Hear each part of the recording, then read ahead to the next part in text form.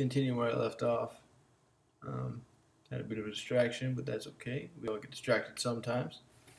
I'm just going to toggle this guy here. Yeah, okay, cool.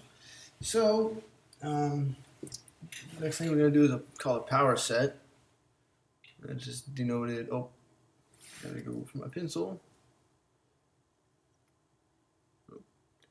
Change diameter on this guy. 3 is fine. Alright, sorry. So I'm going to do power set of A. And that looks like this.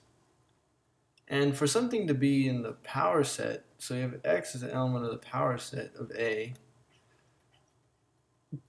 that means that X is a subset of A, because a power set is essentially all the possible subsets of a given set. So we say we have an example here. We have A is equal to 1 to smiley face. Then the power set of A is equal to the null set, because the null set's a power set of everything. I don't know why, but it is. The set of 1, because that's a subset. The set of 1, 2, because that's a subset. The set of 1 smiley face, because that's a subset too. Then also the set of 2, the set of 2 smiley face, and the set of just a smiley face. And that is our power set of A. It's a set of all the subsets. Cool. Then we have a form of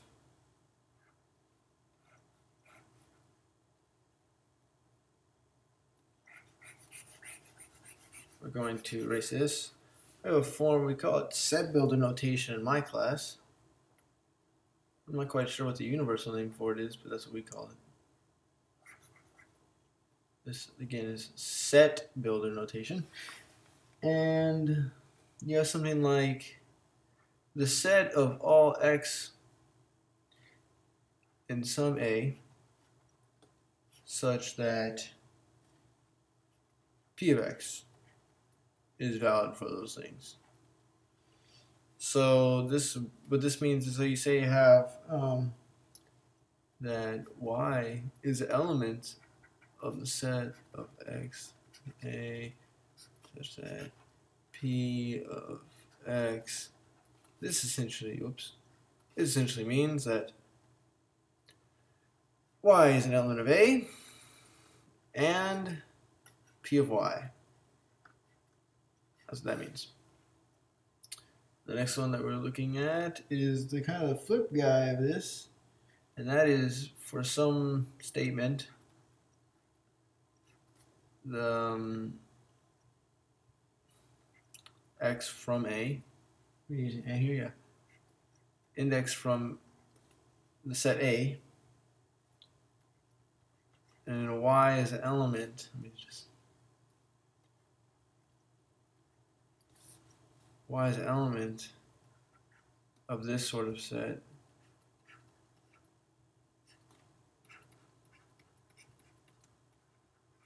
Just means that there exists some x element of A such that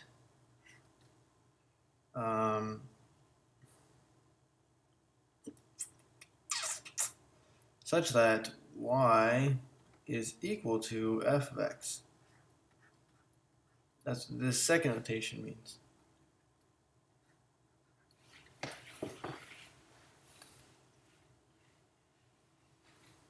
I'm sorry, this is a little bit hard to follow again. This is my first time using this kind of stuff. So now we have something called a Cartesian product. That looks like x cross b. And we have elements of those guys. And then this means that S is equal to some A comma B such that A is an element of A and B is an element of B. Let's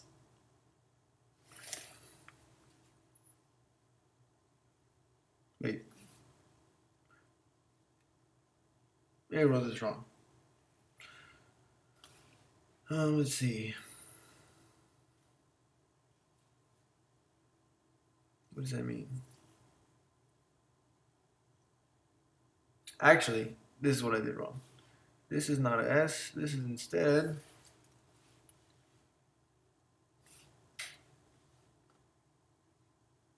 the Cartesian product is defined as this.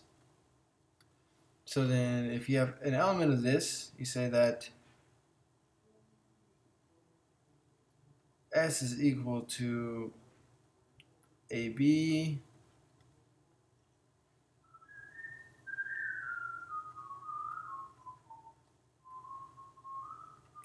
where A is an element of this and B is an element of B.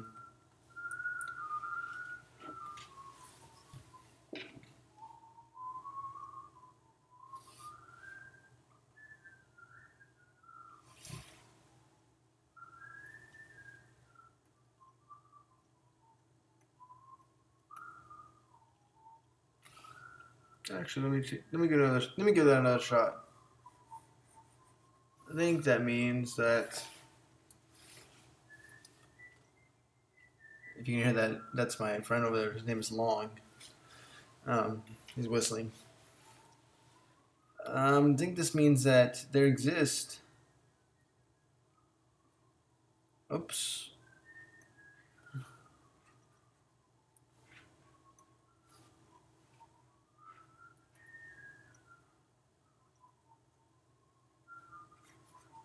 Well, see, my screen is frozen. I know no way to fix this guy.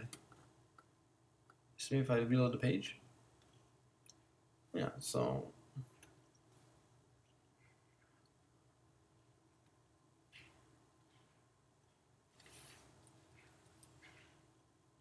Yeah, I'm kind of stuck on this one, huh?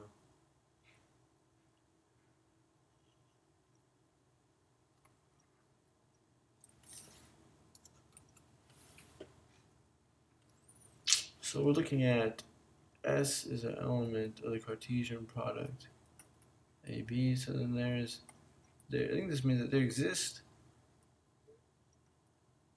A comma B element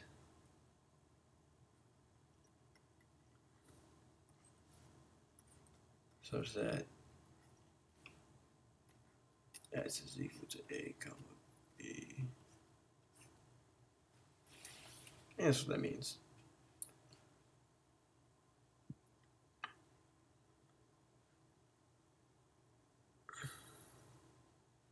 Yeah, that's what that means.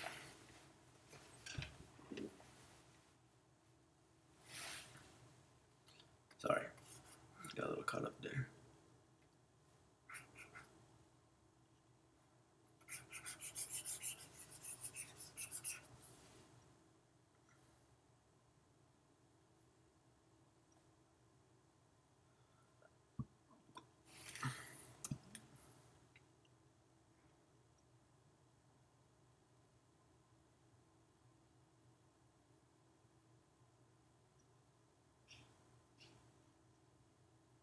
Sorry.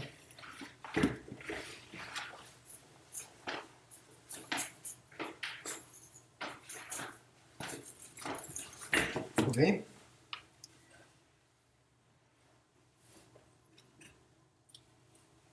Then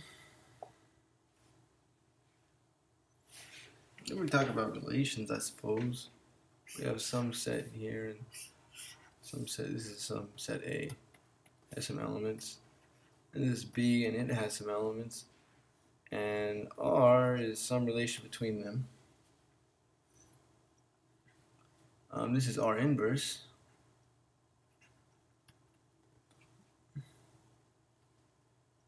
And say you have a third set here. This is C. And you have a S that goes here.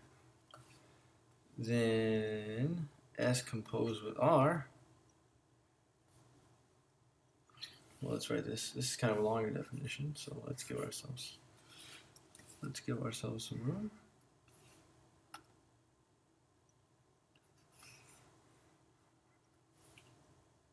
So then S composed with R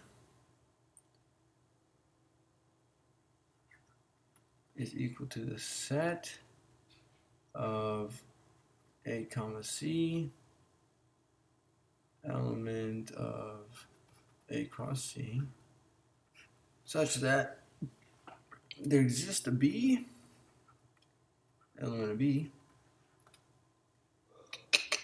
such that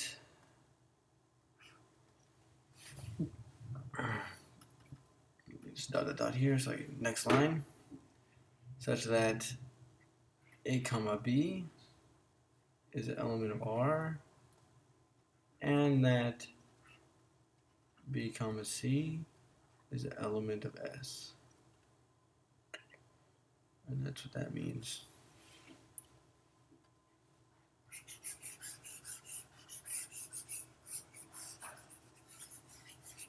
Cool stuff.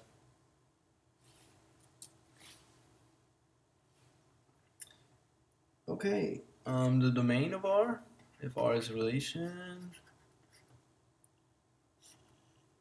the definition of this guy is just that it is the set of, so if we have A and to B, and that relation is R, it is the set of all A, element A, such that there exists a B, element B, so that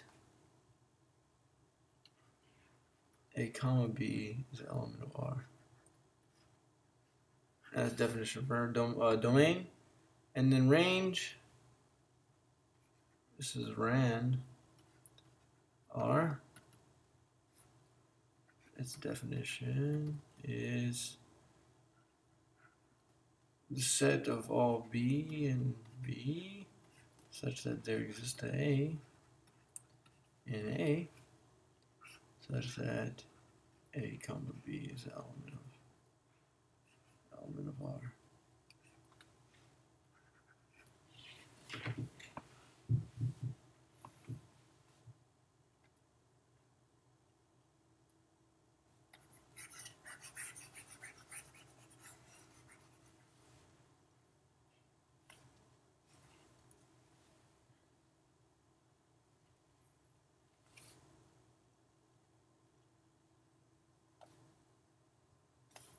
Oops.